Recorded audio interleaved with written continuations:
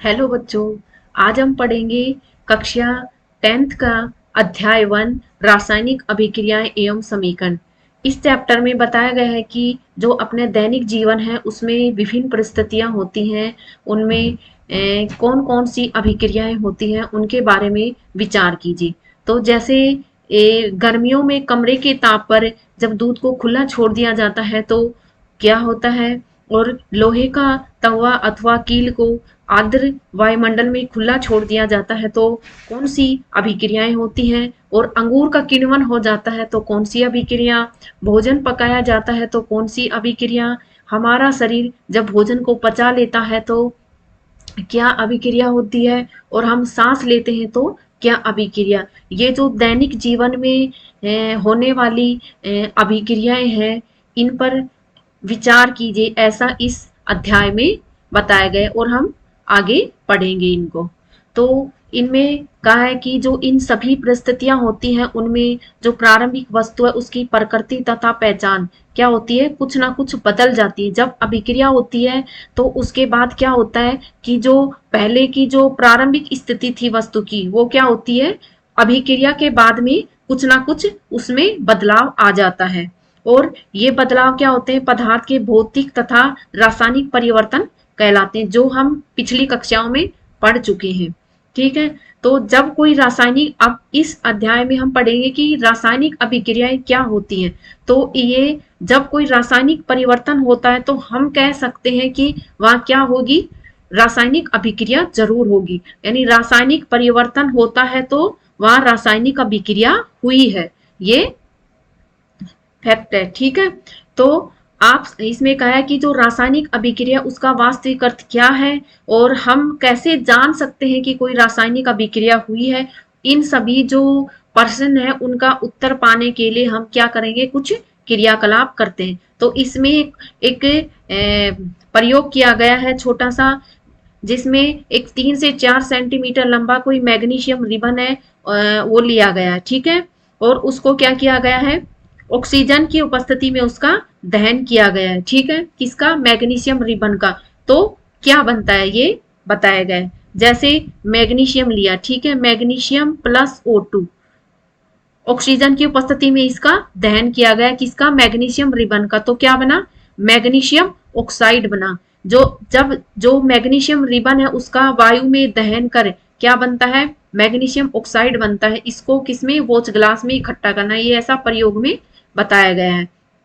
तो इसमें देखा होगा, यानी कि जब प्रयोग करते हैं तो हमें क्या दिखाई देता है, जो चमकदार श्वेत लोह है उसके साथ मैग्नीशियम रिबन का क्या होता है, दहन होता है, और यह श्वेत चूर्ण में क्या हो जाता है, परिवर्तित हो जाता है, और यह मैग्नीशियम ऑक्साइड का चूर्ण है। कब बना, जब मैग्नीशियम को ऑक्सीजन की उपस्थिति में क्या किया गया था, उसका दहन किया गया था। तो क्या बना था, मैग्नीशियम ऑक्साइड बना था। ठीक है, वायु में उपस्थित ऑक्सीजन तथा मैग्नीशियम के बीच जो होने वाली है अभिक्रिया, उसके कारण क्या बना, है मैग्नीशियम ऑक्साइड बना। मैग्नीशियम प्लस ऑक्सीजन के बीच जो होने वाली अभिक्रिया है उससे क्या बना, मैग्नीशियम ऑक्साइड बना। ठीक है, ये क्या बना, प्रोडक्ट बना। तो ये क्या हो गई, रासायनिक अभिक्रिया हो गई। ठीक है, अब ये नेक्स्ट प्रयोग बताया गया है कि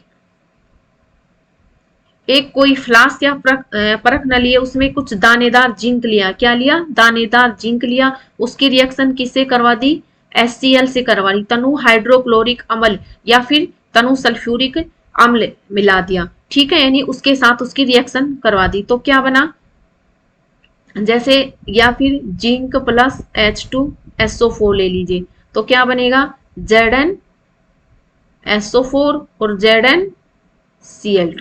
ठीक है, ये बना, ये क्या बना, प्रोडक्ट बना। तो यानी कि यहाँ क्या हुई है, कोई रासायनिक अभिक्रिया हुई है। अब ये बताएगा कि जो हमने ये क्रियाकलाप किया है, प्रयोग किया है, उसके आधार पर हम कह सकते हैं कि क्या हुई है, निम्न में किसी भी परीक्षण की सहायता से हम, यानी कि कुछ परिवर्तन होते हैं उनकी वजह से हम कह सकते हैं कि कोई रासायनिक अभिक्रिया हुई है। अब वो परिवर्तन क्या है, ये जैसे उसकी अवस्था में परिवर्तन हो सकता है, उसके रंग में परिवर्तन हो सकता है, उसके गैर उसमें क्या जब रिएक्शन होती है तो गैस का निकास भी या उत्सर्जन हो सकता है, यानी गैस बाहर निकलती है, और तापमान में परिवर्तन हो सकता है। ये सभी क्या है, जब कोई रासायनिक अभिक्रिया होती है तो हमें ये प्रेक्षण दिखाई देते हैं। क्या? कोई अवस्था में परिवर्तन, रंग में परिवर्तन, तापमान में अवस्था में परिवर्तन, रंग में परिवर्तन, और गैस का निकास अथवा उत्सर्जन और तापमान में परिवर्तन। ये सभी परिवर्तन हमको क्या दिखाई देते हैं जब क्या होती है, कोई रासायनिक अभिक्रिया होती है। ठीक है, अब आगे देखते हैं हम। ये जो हमारे आसपास हो रही परिवर्तन है उनको हम देखें और पाएं कि हमारे चारों ओर क्या हो रही है, विभिन्न प्रकार की क्या हो रही है, रासायनिक अभिक्रियाएं हो रही हैं। और इस जो अध्याय है उसमें हम क्या पढ़ेंगे, विभिन्न जो रासायनिक अभिक्रियाएं हैं उनको उनके किसके प्रतीकात्मक निरूपण के का अध्ययन करेंगे, किसके, रासायनिक अभिक्रियाओं का।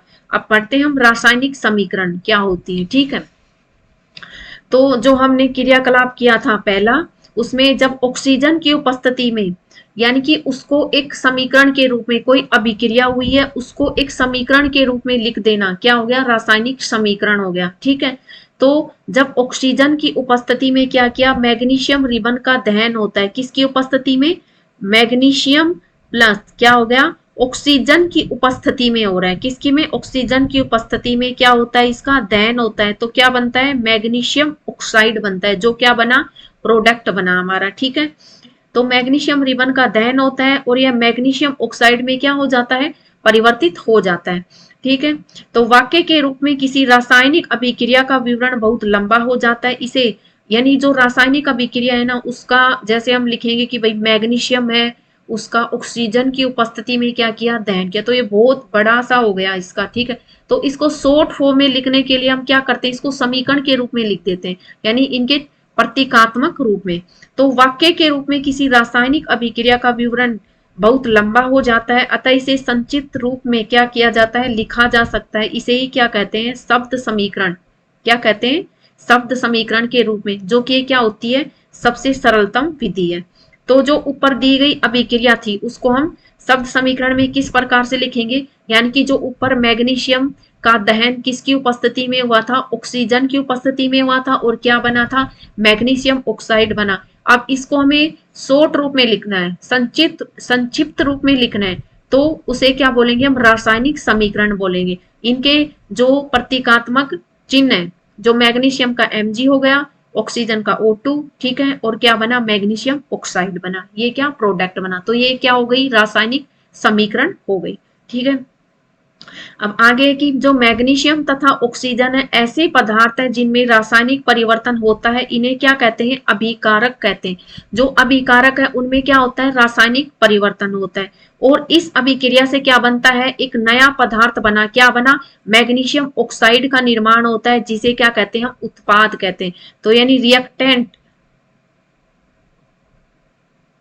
रिएक्टेंट से क्या बना,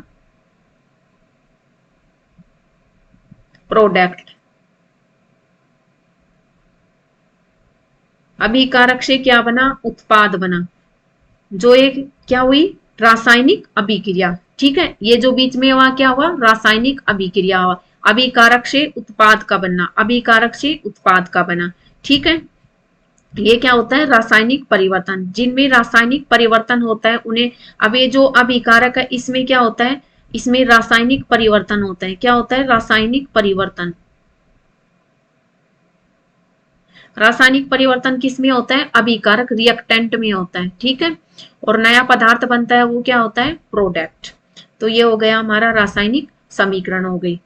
अब शब्द समीकरण में अभिकारकों के उत्पादों में परिवर्तन को उनके मध्य एक तीर का निशान लगाया जाता, हमने लगाया ना एक तीर का निशान। ठीक है, वो तीर का निशान लगाकर क्या किया जाता है, दर्शाया जाता है। जो अभिकारक होते हैं उनके बीच क्या किया जाता है, प्लस चिन्ह लगाकर उन्हें लेफ्ट हैंड साइड रखा जाता है, और जो उत्पाद होते हैं उनके बीच भी क्या किया जाता है, प्लस का चिन्ह लगा करके उनको राइट हैंड साइड में लिखा जाता है। ये तो क्या हो गया, लेफ्ट हैंड साइड हो गई अभिकारक, और ये राइट हैंड साइड क्या हो गया, उत्पाद को लिखा जाता है एक रासायनिक समीकरण में।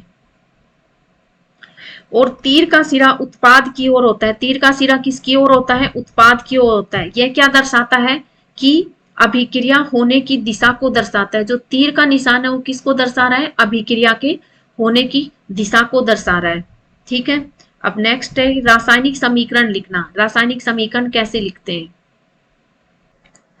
देखिए अब इसमें बताया गया है कि जो रासायनिक समीकरण है उसको कैसे लिखा जाए। ठीक है, तो जो हमने ऊपर पढ़ा है उसी को इसमें लिखा गया है थ्योरी में, कि रासायनिक समीकरण के निरूपण की इससे भी संक्षिप्त विधि है। शब्दों की जगह क्या, रासायनिक सूत्र का उपयोग किया जाता है। किसका उपयोग किया जाता है? शब्दों की जगह रासायनिक सूत्र का उपयोग किया जाता है। और इससे रासायनिक जो समीकरण है उनको क्या किया जाता है? संक्षिप्त तथा उपयोगी बनाया जा सकता है। और रासायनिक समीकरण किसी रासायनिक अभिक्रिया को दर्शाता है। ठीक बात है कि कोई जो रासायनिक समीकरण है वो क्या बता रहा है हमको, कि कोई रासायनिक अभिक्रिया हुई है। यदि आप, अभी हमने एग्जाम्पल पढ़ा था मैग्नीशियम का, मैग्नीशियम ऑक्सीजन तथा मैग्नीशियम ऑक्साइड के सूत्रों का स्मरण करें तो उपरोक्त शब्द समीकरण कैसे बनी थी? मैग्नीशियम प्लस O2 क्या बना था? मैग्नीशियम ऑक्साइड बना था। ये इसको समीकरण के रूप में लिख दिया गया है। ठीक है, तीर के निशान के इधर बाईं और लेफ्ट हैंड साइड तो क्या होते हैं? रिएक्टेंट होते हैं, और दाईं ओर क्या होते हैं? प्रोडक्ट होते हैं।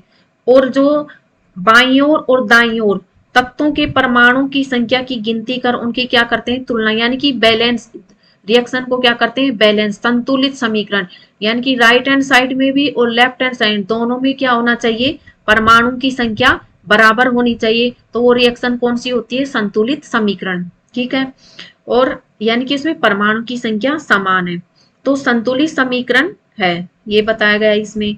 और अगर यदि नहीं है परमाणु की संख्या समान तो समीकरण क्या हो गई है? असंतुलित समीकरण है, क्योंकि समीकरण के दोनों ओर का द्रव्यमान का बराबर नहीं है। इसी किसी अभिक्रिया का ऐसी रासायनिक समीकरण ढांचा रासायनिक समीकरण कहलाता है। क्या होता है कि जो अभिक्रिया होगी उसमें राइट साइड और लेफ्ट साइड और राइट साइड, ठीक है, दोनों में परमाणु की संख्या समान होनी चाहिए और उनका जो द्रव्यमान है वो भी क्या होना चाहिए? बराबर होना चाहिए। अगर उनमें परमाणु की संख्या समान नहीं है और अगर द्रव्यमान बराबर नहीं है तो वो क्या है? असंतुलित समीकरण है, यानी वो रासायनिक समीकरण नहीं कहलाएगी। तो बराबर होंगे तभी क्या होंगे? वो एक संतुलित समीकरण कहलाएगी। ठीक है, इस प्रकार समीकरण 1.2 मैग्नीशियम के वायु में जलने का ढांचा समीकरण है, ये उसी को बताया गया है। ठीक है, नेक्स्ट है कि जो संतुलित रासायनिक समीकरण है उसका महत्व क्या है? क्यों हम एक रासायनिक मतलब समीकरण उसको संतुलित करते हैं? इसका भी कोई तो रीजन होगा, तो ये बताएगा कि उसका क्या महत्व है। ठीक है, हमने द्रव्यमान संरक्षण का नियम पढ़ा है। ठीक है, वो क्या होता है? ये आपने 9th क्लास में पढ़ा। उसमें क्या होता है?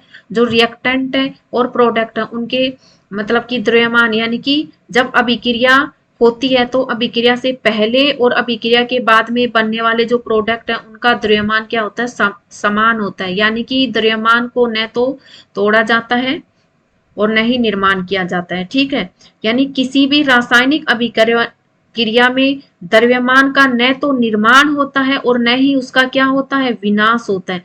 न तो उसका निर्माण होता है और न ही क्या होता है? विनाश होता है। ये क्या होता है? द्रव्यमान संरक्षण का नियम कहलाता है, जो 9th क्लास में है।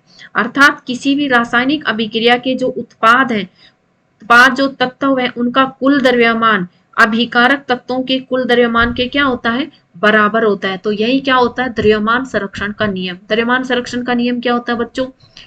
जो अभिकारक अणु है और उत्पाद जो मतलब अभिकारक तत्व और उत्पाद तत्वों का कुल द्रव्यमान क्या होता है? बराबर होता है। उनका जो द्रव्यमान है वो क्या होता है? बराबर होता है। अभिकारक तत्वों के और उत्पाद तत्वों के जो द्रव्यमान है वो क्या होता है? बराबर होता है। ना तो उसका निर्माण किया जाता है और ना ही उसका क्या किया जा हो सकता है? विनाश। वो क्या है? द्रव्यमान संरक्षण का नियम है। ठीक है, दूसरे शब्दों में रासायनिक अभिक्रिया के पहले एवं उसके बाद जो प्रत्येक तत्व है उसके परमाणु की संख्या क्या होती है? समान रहती है। तो वो क्या है? द्रव्यमान संरक्षण। द्रव्यमान भी बराबर रहता है और जो परमाणु है, तत्व के परमाणु की संख्या है वो भी क्या रहती है? समान रहती है। कब? जब रिएक्शन होती है। रिएक्शन से पहले भी और रिएक्शन के बाद भी।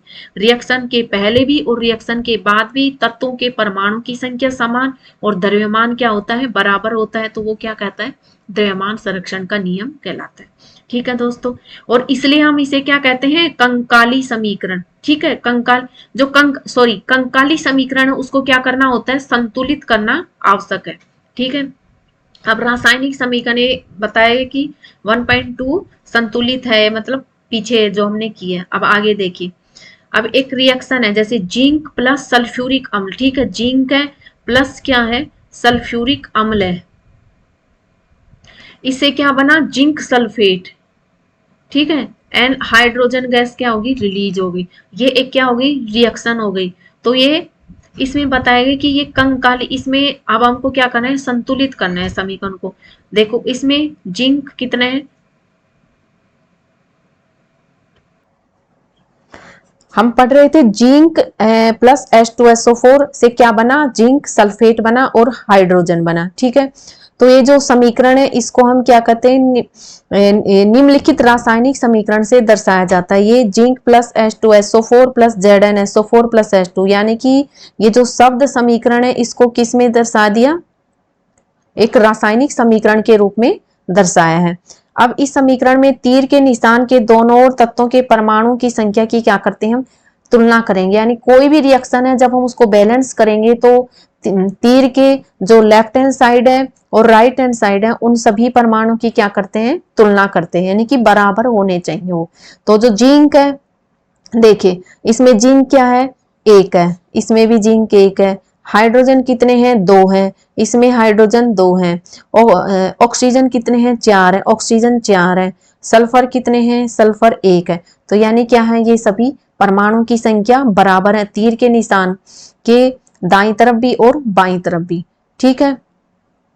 ये सभी क्या है, बराबर है। तो यानी ये क्या हो गई, एक संतुलित रासायनिक समीकरण हो गई। क्या हो गई, संतुलित रासायनिक समीकरण हो गई, ठीक है।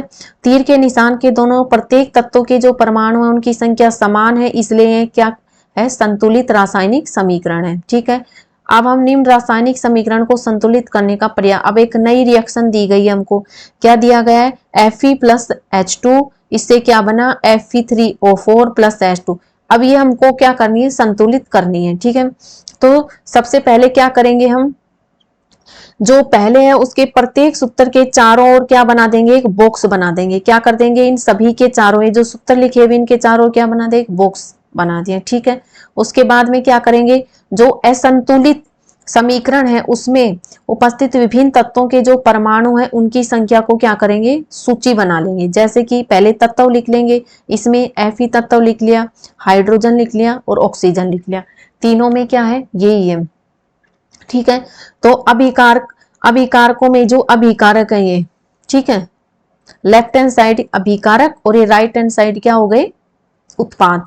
तो इनमें जो परमाणु की संख्या है, जैसे Fe इसमें कितना है, एक है, ठीक है, अभिकारक। हाइड्रोजन कितना है, दो है, और ऑक्सीजन कितना है, एक है। और इसी प्रकार से जो उत्पाद है उसमें परमाणु की संख्या Fe कितने हैं, थ्री है, ऑक्सीजन चार है, ठीक है, और हाइड्रोजन कितने हैं, दो। अब हम देख लेंगे कि किसमें बराबर है और किसमें बराबर नहीं है। तो Fe जो उत्पाद है उसमें कितने हैं, तीन आ रखे हैं, ठीक है, और अभिकारकों में इसकी संख्या एक है। तो हम क्या करेंगे इसको, या नीचे देखो, नीचे के इक्वेशन है उसे देखो, इधर क्या करेंगे, तीन से क्या कर देंगे, इंटू कर देंगे इसको, ठीक है। जैसे एफ है तो यानी अगर इधर थ्री है तो इधर भी थ्री होने चाहिए, मतलब बराबर होने चाहिए, लेफ्ट साइड भी और राइट साइड भी, ठीक है। तो हम इसको कैसे संतुलित करेंगे, प्रारंभ में देखो, जो H2 था कितना था, एक था, ठीक है।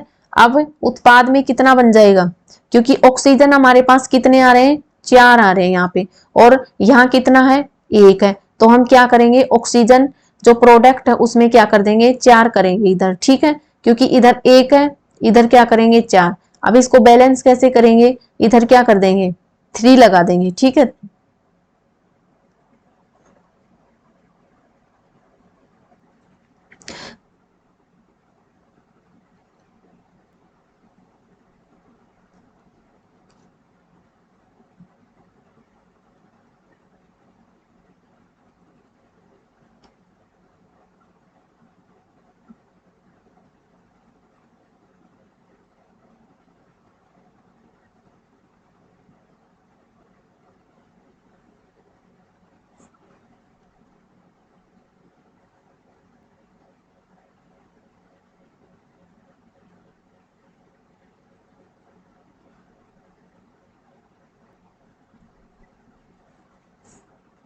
देखिए इसमें क्या है, सबसे अधिक जो परमाणु, सबसे पहले क्या करेंगे, सबसे अधिक जो परमाणु वाले तत्व हैं उनको क्या करेंगे, हम सिलेक्ट करेंगे, ठीक है। तो इसमें कौन सा है सबसे अधिक, किसमें सबसे ज्यादा है, Fe3O4 में। तो इसमें ऑक्सीजन 4 है और इधर जो रिएक्टेंट है उसमें ऑक्सीजन 1 है। तो हम क्या करेंगे, जो ऑक्सीजन 4 है तो इसकी तरफ क्या कर देंगे, इंटू 4 कर देंगे, ठीक है। ये बताया गया इसमें कि संतुलित करने के लिए ऑक्सीजन की तरफ क्या कर देंगे, हम 4 से इंटू कर देंगे, ठीक है। तो Fe3O4 में ऑक्सीजन 4 है, तो अब इधर H2 वाले रिएक्टेंट में भी कितने हो जाएंगे, 4 हो जाएंगे। जब हमको 4 से क्या करेंगे, इंटू कर देंगे, ठीक है। और अभी इसमें क्या है कि यह याद रखना आवश्यक है कि परमाणु की संख्या को बराबर करने के लिए हम अभिक्रिया में शामिल तत्वों या तथा यौगिकों के सूत्रों को नहीं बदल सकते हैं, यानी उसके जो सूत्र हैं उनको हम नहीं बदल सकते हैं। जैसे कि ऑक्सीजन परमाणु को संतुलित करने के लिए हम 4 गुणांक लगाकर क्या करते हैं, 4H2 लिख सकते हैं, लेकिन H2O4 या H2O4 नहीं लिख सकते हैं, ठीक है। इनका जो मेन मतलब कि फॉर्मूला है ना उसको हम नहीं बदलेंगे। जैसे ऑक्सीजन है O2 की फॉर्म है, तो इसको हम ऐसे नहीं लिख सकते हैं जैसे H2 है। अब हमने जो Fe3O4 था इसमें कितने ऑक्सीजन थे, 4 ऑक्सीजन थे। तो हम क्या कर सकते थे कि भाई रिएक्टेंट में क्या लिख दें, H2O4 कर दें। तो ये सही रॉन्ग होगा, ऐसे नहीं लिखा जाएगा, बल्कि कैसे लिखा जाएगा, H2O का क्या किया जाएगा, 4 से इंटू किया जाएगा। तो कितने ऑक्सीजन हो जाएंगे, 4 ऑक्सीजन हो जाएंगे। तो Fe प्लस 4H2 क्या होगा, Fe3O4 प्लस क्या होगा, H2। अब देखो इसमें 4 ऑक्सीजन है तो इसमें भी कितने, 4 ऑक्सीजन, हाइड्रोजन 2 है तो हाइड्रोजन 2 आ गए। Fe कितना हो गया, 3 आ गए इसमें, तो इधर क्या आ जाएगा, 3 Fe है, ठीक है। Fe तथा हाइड्रोजन परमाणु अब भी संतुलित नहीं है, क्योंकि Fe1 है, Fe3 है। तो हम क्या कर सकते हैं, वापस से इसको क्या करेंगे, संतुलित करेंगे। तो इसके लिए क्या करेंगे, किसी एक तत्व को चुनकर आगे बढ़ते हैं। अब हम क्या करते हैं, आंशिक रूप से जो संतुलित समीकरण उसमें हाइड्रोजन परमाणु को संतुलित करते हैं। हाइड्रोजन परमाणु को बराबर करने के लिए क्या करते हैं, दाईं ओर के हाइड्रोजन परमाणु की संख्या को क्या कर सकते हैं, 4 कर देते हैं। जैसे क्या होगा, जैसे H2 है, इसमें कितने कितने हो गए, हाइड्रोजन कितने हो, जैसे 4H2 है तो ये कितने हो गए, 8 हाइड्रोजन हो गए और 4 इसमें क्या हो गए, ऑक्सीजन हो गए, ठीक है। अब क्या करेंगे, जो Fe है उसमें समीकरण क्या हो जाएगी, Fe प्लस 4H2 हो गया, प्लस सॉरी रिएक्टेंट क्या, तीर के निशान के आगे क्या बना, प्रोडक्ट बना, जो क्या बना, Fe3O4 प्लस 4H2 आंशिक रूप से संतुलित, यानी कि अभी पूरी रिएक्शन संतुलित नहीं हुई है, क्योंकि देखो इधर Fe1 है, इधर Fe3 है, तो ये तो असंतुलित रिएक्शन हो गई अभी, ठीक है। हाइड्रोजन 8 हो गए, इसमें भी 8 हो गए, ये संतुलित हो गए। ऑक्सीजन इसमें 4 हो गए, इसमें भी 4, ये संतुलित। लेकिन अभी क्या है, Fe नहीं है, तो अभी इसको भी हमें क्या करना है, बैलेंस करना है, ठीक है। तो इसके लिए हम क्या करेंगे, Fe इधर 1 है, इधर 3 है, तो हम क्या करेंगे, इसके इधर Fe3 है इधर, तो हम इधर क्या करेंगे, 3Fe करेंगे, ठीक है। Fe के 3 परमाणु लेंगे, ठीक है, तो फिर ये संतुलित होगी। आता है अब इस संतुलित समीकरण की जांच के लिए हम समीकरण में दोनों ओर के तत्वों के परमाणु की संख्या का परिकलन करते हैं। अब जांच कैसे करेंगे कि तीर के लेफ्ट हैंड साइड और राइट हैंड साइड परमाणु की संख्या बराबर है या नहीं, ये हम क्या करेंगे, हम तुलना करेंगे, ठीक है। देखो Fe3 है, सही है, Fe3 ठीक है। ये 8 हाइड्रोजन है, इसमें भी कितने हो गए, 8 हाइड्रोजन, ये भी ठीक है। ऑक्सीजन इसमें कितने हो गए, 4 हो गए, और इसमें ऑक्सीजन कितने हो गए, 4। तो ये क्या हो गई, संतुलित रिएक्शन हो गई, संतुलित समीकरण हो गई। और ये जो समीकरण है इसमें दोनों ओर के तत्वों के परमाणु की संख्या बराबर है, अतः यह समीकरण अब क्या है, संतुलित समीकरण है। रासायनिक समीकरणों को जो संतुलित करने की विधि है इसको क्या कहते हैं, हीट एंड ट्रायल विधि कहते हैं। और ये सबसे छोटी पूर्णांक संख्या के गुणांक का उपयोग करके समीकरण को संतुलित करने का प्रयत्न करते हैं। जैसे क्या होगा, सबसे पहले हमें क्या करना होगा, हमें जो रासायनिक अभिक्रिया है उसको किसमें, समीकरण के रूप में लिखना है, ठीक है। जैसे मैग्नीशियम प्लस ऑक्साइड, तो उसको क्या, मैग्नीशियम ऑक्साइड लिख लिया। अब उसमें क्या होगा, उनको सूत्रों के रूप में लिखना है, ठीक है। जैसे मैग्नीशियम प्लस O2 क्या बना, MgO बना। अब इसको करना हो तो क्या होगा, यहाँ ऑक्सीजन 2 है, यहाँ ऑक्सीजन 1 है, या मैग्नीशियम बैलेंस है, मैग्नीशियम संतुलित है।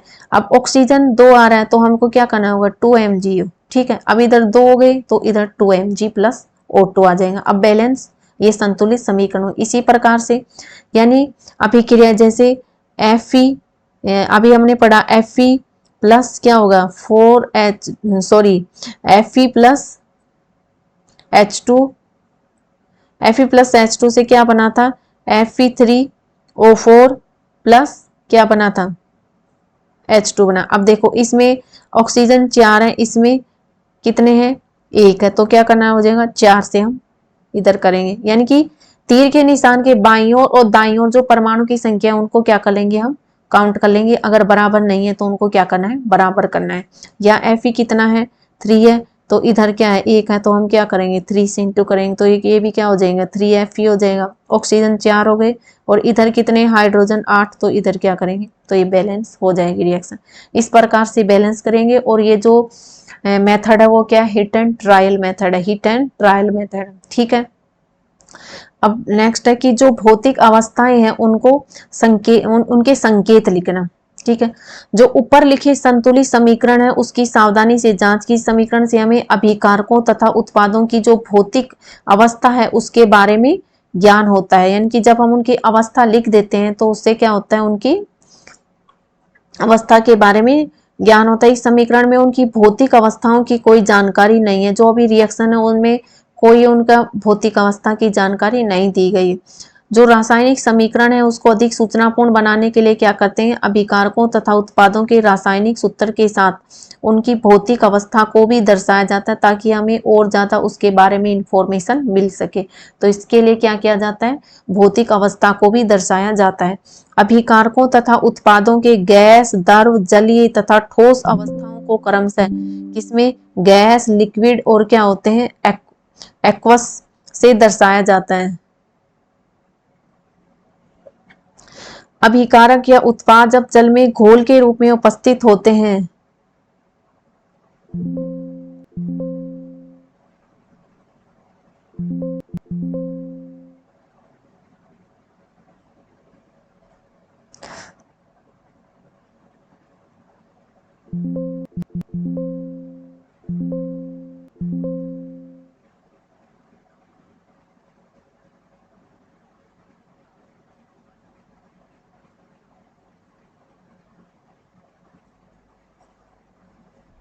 सही है।